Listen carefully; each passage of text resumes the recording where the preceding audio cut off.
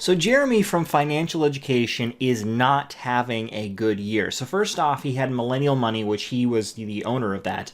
That shut down, him with Graham Stephan, Andre Jick. Used to have Meet Kevin as well. They shut it down. They said they might come back. I really don't think they will. And now he's basically forced to shut down one of his businesses because it's basically bankrupt. It wasn't making any money. He was funneling money to keep it alive.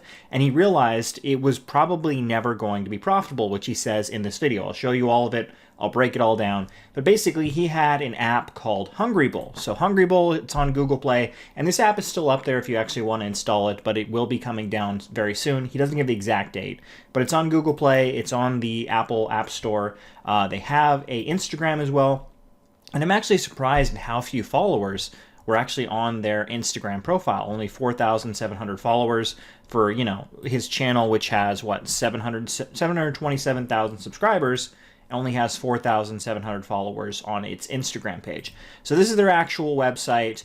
Basically what it is a news app for anything stocks and crypto related. It's not paid for at all. It's just completely free. It's just a news site. And it's amazing to me that Jeremy thought that he would be able to compete with the big guys in this space, right? There's the mainstream news, because that's all this is. It's just a news feed for stocks.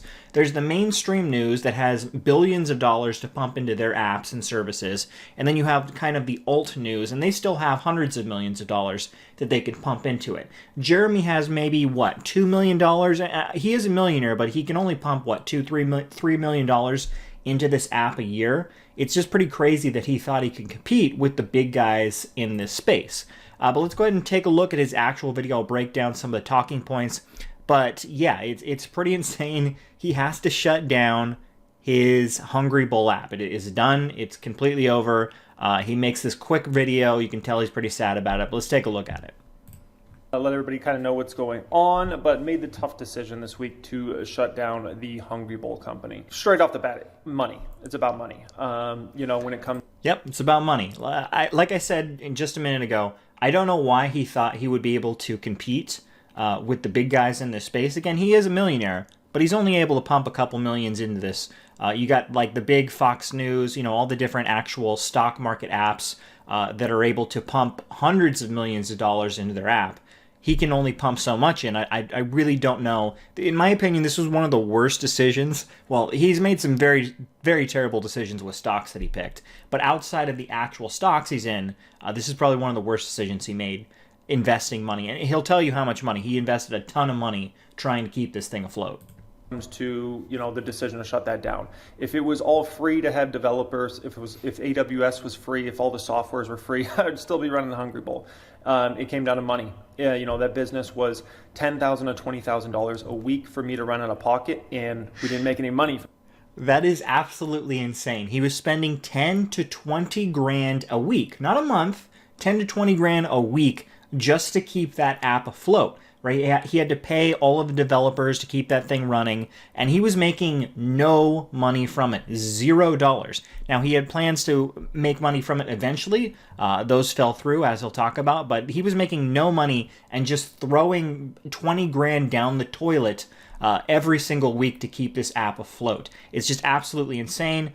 His 2022 has been absolutely terrible. He was riding high in 2020, 2021 with the stock market was doing great, but it seems like everything is falling apart for this guy this year. From the business, it wasn't like we charged for the app, it was absolutely free. The goal with that as far as making money down the road was, you know, hopefully get a ton of people to use it over time and then have sponsors inside the newsletter and on the app and things like that and have companies pay. But in order to get companies interested, like legit companies, you have to get to a large scale.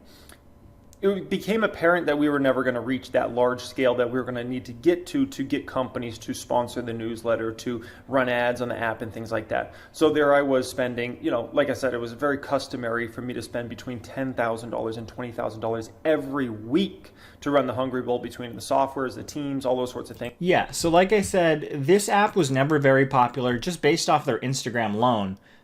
He has almost 1 million followers between all his different platforms, all of his different channels, and he only had like 4,000 people who actually followed the HungryBull on Instagram. Now, if you actually take a look at the reviews on Google Play, you can see there's only 532 reviews. That is not a lot of views. Now, most people don't leave a review, so there's probably, maybe 2,000 or 3,000 people, maybe 5,000 people who actually used the HungryBull app, because a lot of people don't leave reviews. But you look at the Apple Store as well, only 664 reviews.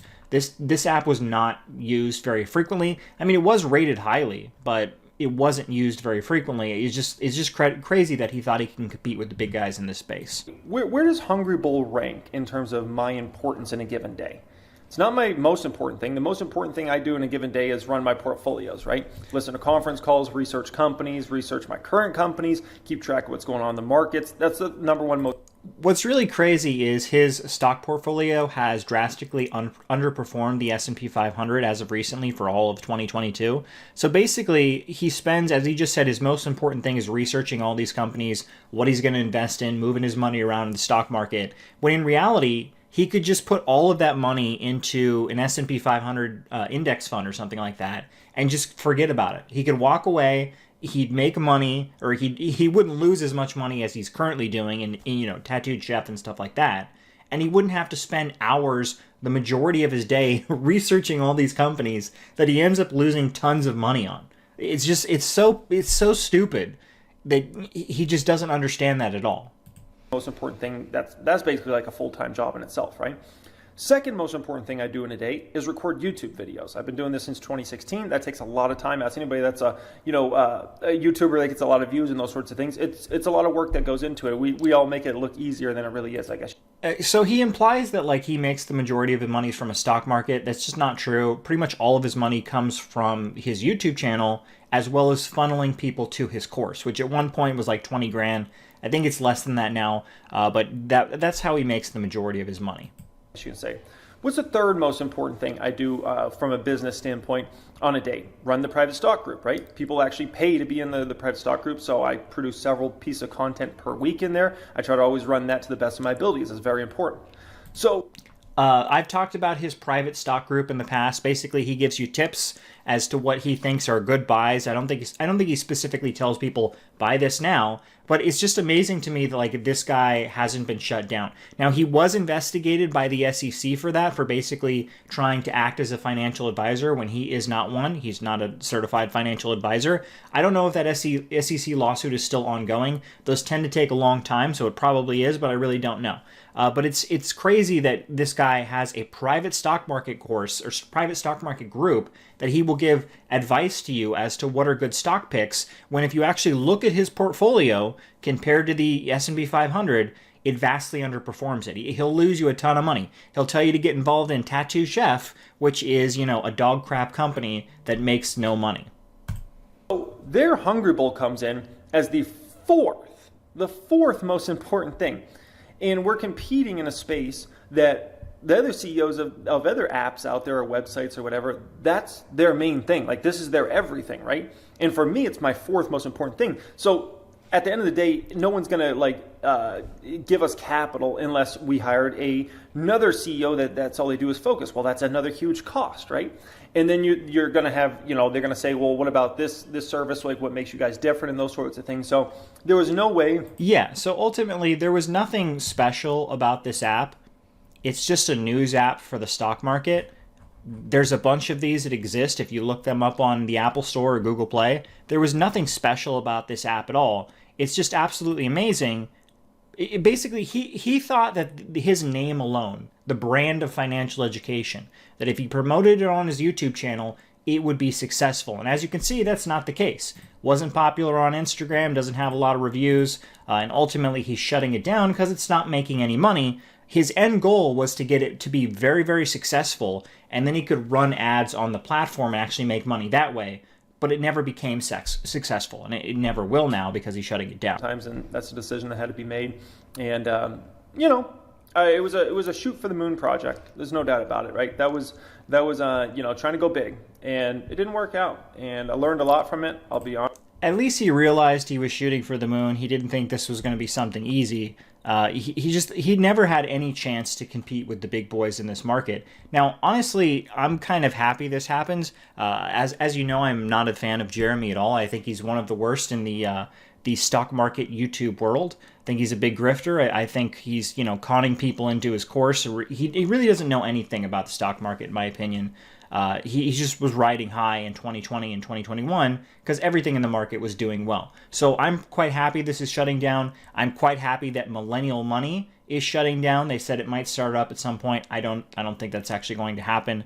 It's nice to see that Jeremy is taking some lumps here. Now, I'd love to hear your opinion. What do you think about HungryBull, his app? Have you ever used it? Do you think it's a good service? Are you happy that it is shutting down? Leave your comments below. Jeremy, the HungryBull app, is basically shutting down because it was never making any money